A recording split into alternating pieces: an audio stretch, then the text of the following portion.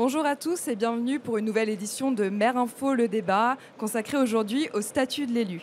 La proposition de loi créant un statut de l'élu, portée à l'origine par vous-même, Françoise Gatel, lorsque vous étiez sénatrice, est toujours en discussion à l'heure où nous parlons. Elle devrait toutefois, sauf nouveau soubresaut politique d'ici là, pouvoir être adoptée et promulguée avant les prochaines élections municipales de mars prochain.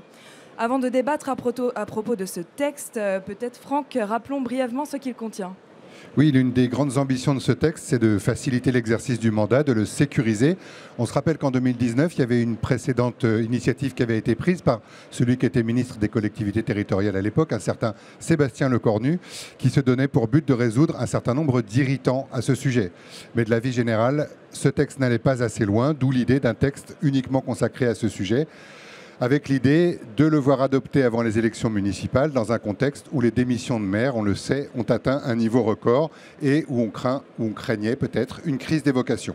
Alors on ne va pas résumer bien sûr en quelques mots les dizaines de mesures que contient ce texte, d'autant que son examen n'est pas terminé et que les choses peuvent encore bouger.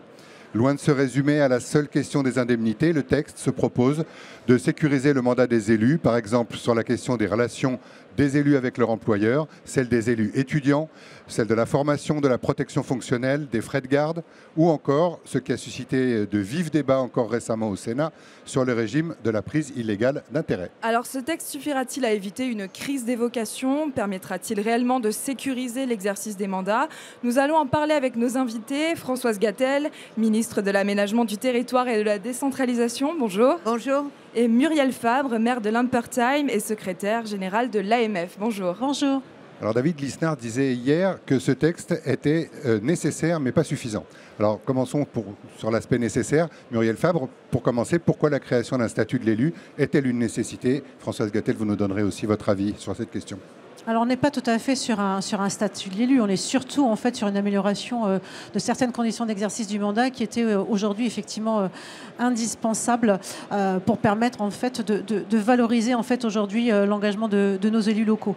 Donc il y a eu un travail aussi, ça n'a pas été souligné, donc permettez-moi de le rappeler, un travail quand même assez conséquent de l'Association des maires de France avec le groupe de travail idoine co-présidé par Frédéric Roig et Catherine Héritier qui avait justement émis beaucoup d'hypothèses sur les questions de conciliation, vie familiale, vie professionnelle, sur aussi évidemment la question indemnitaire, même si elle n'est pas centrale, elle est quand même intéressante et importante, et surtout sur les fins de mandat, sur en fait tous ces petits irritants au quotidien qui finalement à un moment donné mis bout à bout peuvent conduire en fait un élu local en fait à arrêter en fait, et ça ce n'était pas possible et ce n'était pas entendable.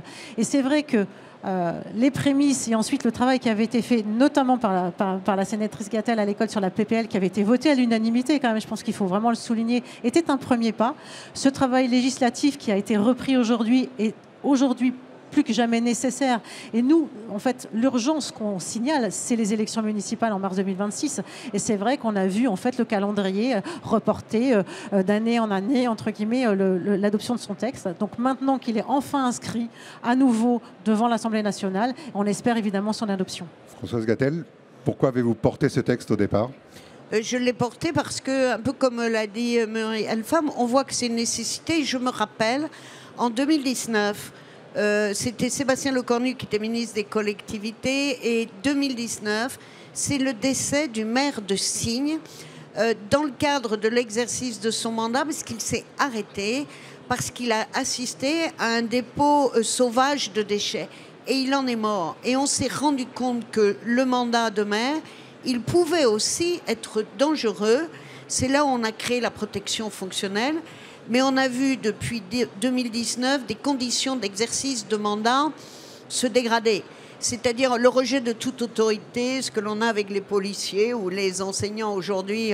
Nos concitoyens sont d'une exigence assez redoutable, ne s'engagent pas forcément. Et puis on a voulu mettre en œuvre la promesse républicaine des révolutionnaires qui ont créé les communes en disant la commune, c'est cet espace de vie où les citoyens peuvent décider pour eux. Ça rejoint la liberté d'agir et le pouvoir d'agir dont parle souvent David Lisnard. Et donc, tous les citoyens en âge 2 doivent pouvoir s'engager. C'est un jeune qui est étudiant, mais il habite Enfin, il fait ses études à 90 km de la ville où il est élu municipal. C'est quelqu'un qui travaille, c'est quelqu'un qui peut avoir des congés maladie. Enfin, si vous voulez, on a dit que le maire, il a une vraie vie, c'est une vraie personne, et qu'il fallait que la nation affirme l'importance et sa reconnaissance à ceux qui s'engagent et qui, la plupart du temps, sont bénévoles. Moi, je veux que nous ayons le même respect, voire la même gratitude pour les maires que les Français ont pour les pompiers volontaires. Et il fallait poser cet acte, qui est un acte d'affirmation de la reconnaissance de la valeur d'un citoyen qui s'engage au service des autres. Muriel Fabre, vous avez évoqué tout à l'heure la question des indemnités. C'est vrai qu'on associe souvent la question du statut de l'élu à celle des indemnités. Pourtant, ce point n'occupe qu'une très petite partie du texte.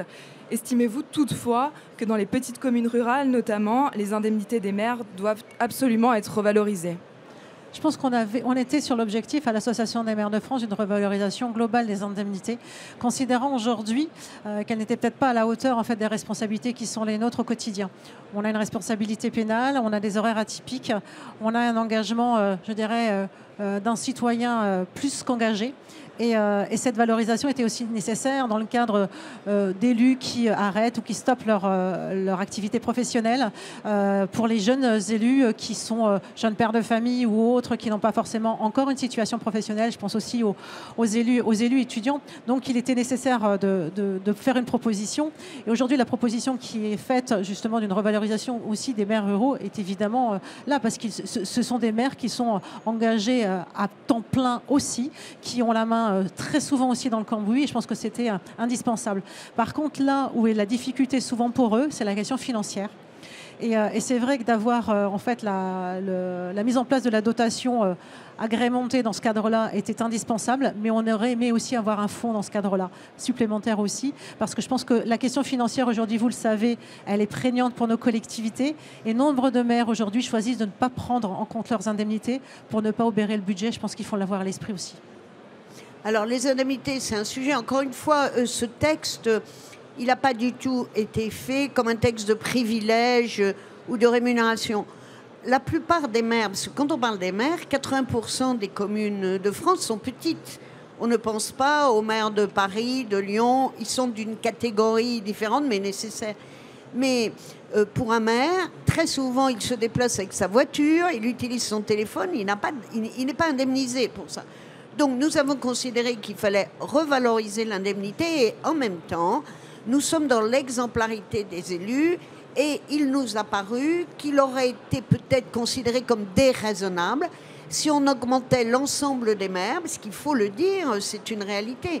Quand vous êtes maire d'une grande ville, vous êtes aussi parfois président de la métropole, président d'un syndicat et vous êtes déjà au maximum des indemnités perçues. Donc dans un contexte, on va dire, de frugalité, d'exemplarité, le choix qui a été fait, c'est de revaloriser les indemnités des élus jusqu'à 20 000 habitants et d'augmenter ce qu'on appelle la dotation élu locale, non pas jusqu'à 20 000 habitants, mais d'augmenter cette dotation pour permettre la reconnaissance. Alors moi j'entends ce qu'on dit, je sais, j'ai été maire longtemps, que les communes n'ont pas les moyens et que vous devez choisir entre la réfection de la voirie et l'indemnité.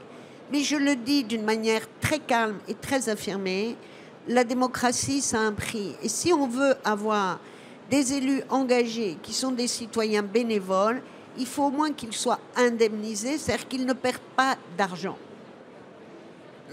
On vient sur la question des maires salariés, des maires qui travaillent. C'est aussi un des aspects qui est évoqué dans ce texte. On sait qu'il y a une grande difficulté pour un certain nombre d'élus à en même temps exercer leur fonction de maire et aller ou ne pas aller au travail et que ça peut poser des problèmes dans l'entreprise. Pourquoi est-ce qu'il ne faudrait pas, comme ça existe d'ailleurs dans certains pays, que les maires soient systématiquement détachés à plein temps ? Ça arrangerait peut-être leur entreprise. Est-ce que ça résoudrait le problème ? Françoise Gatel. Alors, on a eu des débats quand j'étais au Sénat sur deux pistes. Soit ce à quoi nous croyons et qui est l'honneur de notre démocratie, des citoyens qui s'engagent pour servir. Ce sont des bénévoles, ils ne sont pas salariés de la commune, ils ont une indemnité. Puis il y a d'autres modèles, vous avez raison, comme en Allemagne, où tous les maires, pendant la durée de leur mandat, ils ont un contrat de fonctionnaire pour la durée du mandat. Nous, alors, ça peut régler tous les problèmes, parce que comme ça, il y aura un salaire, ça va coûter une joyeuse fortune, mais ça, c'est pas le sujet. Ça change l'esprit. Si vous êtes fonctionnaire, ça veut dire aussi que vous rentrez davantage de politique, parce que les partis politiques pourront essayer de mettre des maires partout. Donc nous avons gardé ce système en disant on revalorise l'indemnité, mais surtout, c'est ce qu'a dit Muriel Fabre tout à l'heure, c'est quand mon mandat est terminé, comment je m'en sors? Est-ce que j'ai une aide pour la période d'1 an ou de 2 ans pendant laquelle je recherche un travail? Parce que quand vous sortez comme élu, c'est pas facile de retrouver un travail, donc c'est une sorte d'indemnité de chômage, et on fait la validation des acquis de l'expérience. Et puis quand vous parlez des salariés, moi je pense qu'il faut être réaliste.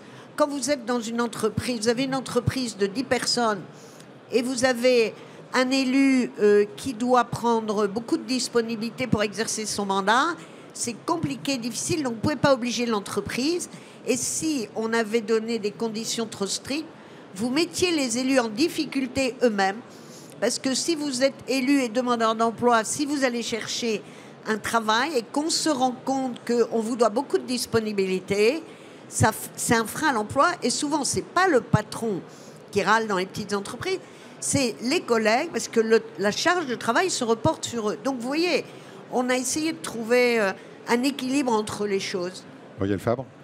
Je pense qu'aujourd'hui, il ne faut pas oublier non plus que l'Association des maires de France dit assez que les maires sont les supplétifs de l'État, et renforcer en fait une fonctionnalisation de la mission d'élu, je pense que ce ne serait pas rendre service à notre démocratie, à notre République. Je pense qu'aujourd'hui, on a besoin de respiration, et cette respiration, elle se fait aussi dans les urnes pour les municipales, et ça nous permet aussi d'avoir leur liberté d'agir aussi dans ce cadre-là. Je pense que c'est important.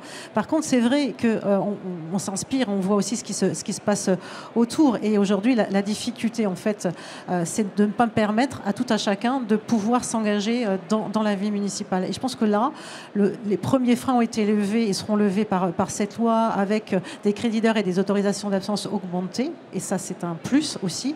Le fait aussi de permettre aux étudiants de pouvoir aussi en disposer était indispensable. Le fait de pouvoir permettre aussi une validation des acquis de l'expérience dans ce cadre-là, parce que être maire, eh ben, c'est acquérir de l'expérience, c'est acquérir des compétences, et donc ça doit être valorisé aussi. Mais c'est vrai qu'il y a peut-être un travail aussi pédagogique ou didactique avec les employeurs, mais là on se retrouve finalement dans les mêmes engagements bénévoles que pour les associations, que pour les sapeurs-pompiers, ou pour d'autres engagements aujourd'hui qui sont ô combien nécessaires en fait pour notre territoire, et sur lequel effectivement il y a des crispations avec les employeurs. Donc je pense qu'il y a encore besoin de travail là-dessus, mais on a besoin aussi de gens qui concilient à la fois leur vie professionnelle et une vie d'élu, parce que c'est être finalement confronté aux réalités du terrain. Je pense que quand on est maire, on a besoin aussi de ça. Très rapidement, une dernière question. Certains sénateurs ont voulu, pendant l'examen en deuxième lecture, introduire une nouvelle obligation pour les maires, celle de s'engager à respecter notamment les valeurs de la République et les principes de la dignité humaine. Cette proposition a beaucoup choqué du côté des associations d'élus. Est-ce que vous pouvez vous exprimer toutes les deux sur cette question ? Vous voyez, elle me fait sourire maintenant parce que je sais qu'elle a été écartée. C'est un sujet qu'on évoquait aussi avec Françoise Gatel. C'est vrai qu'on a été extrêmement surpris, alors qu'on était sur un texte qui finalement devait mettre en valeur l'engagement des élus, devait leur rendre reconnaissance, respect, de se voir finalement être dans l'obligation de respecter les valeurs de la République, ce qui est fondamentalement en fait l'essence de nos missions. Et surtout, il y avait cette iniquité, puisque pourquoi les élus locaux et pas les élus nationaux? Pourquoi considérer qu'à un moment donné, effectivement, on ne respecterait pas les valeurs de la démocratie, les valeurs démocratiques? Et dans ce cadre-là, trouver des sanctions, effectivement. Mais de fait, en fait, considérer que c'est une situation, on était évidemment extrêmement fâchés. On l'a dit d'ailleurs à maintes reprises. On l'a dit quand, au niveau de la commission des lois, c'est réapparu comme ça, on n'a pas compris pourquoi. Et aujourd'hui, le fait que ça ne soit plus inscrit, c'est évidemment positif. Françoise Gatel, peut-être ? C'est la liberté des parlementaires d'écrire et de voter ce qu'ils souhaitent. Je pense que dans l'esprit des sénateurs, c'était parce qu'on a une France diverse et variée, et on sait, c'était l'argumentation défendue par certains sénateurs, qu'il y a des territoires où c'est important de leur rappeler, parce que la société évolue, et dans les conseils municipaux, on a aujourd'hui des choses qui sont peut-être pas toujours, entre guillemets, assez laïques. Donc voilà, c'était l'expression de certains sénateurs, ça a été voté. Il y a eu un dialogue très constructif avec les associations d'élus, avec le gouvernement, avec l'Assemblée. Et la décision finale, moi, j'y adhère. C'est-à-dire, je pense que les élus s'engagent pour les valeurs de la République, ce qui sont, ils l'incarnent, et que les obliger en quelque sorte à prêter un serment. Alors, ça voulait à la fois solenniser ce qu'ils sont, donc c'était une reconnaissance, mais disons qu'il y a eu de l'incompréhension et que c'était perçu comme, on va dire, un doute qu'on aurait eu sur les mains. Alors que vous voyez bien, le texte, c'est l'envers de ça. Donc, ceci est derrière nous. Et je crois que, voilà, l'issue est heureuse et on attend maintenant le 8 et 9 décembre pour l'examen au Sénat, où vous voyez, ce qui est important, c'est que dans un contexte difficile politiquement, où on a du mal à faire des majorités, toutes les étapes ont été franchies à l'unanimité. Et ça, c'est un signe qui, moi, me rend très heureuse. Ça veut dire que les uns et les autres, dans nos différences, nous affirmons le rôle essentiel des maires, qui sont la République du quotidien et la République qui marche. Merci, ce sera le mot de la fin. Rendez-vous demain pour une nouvelle émission, un débat qui sera consacré à la réforme du mode de scrutin dans les communes de moins de 1000 habitants. À demain. Merci, mesdames. Merci.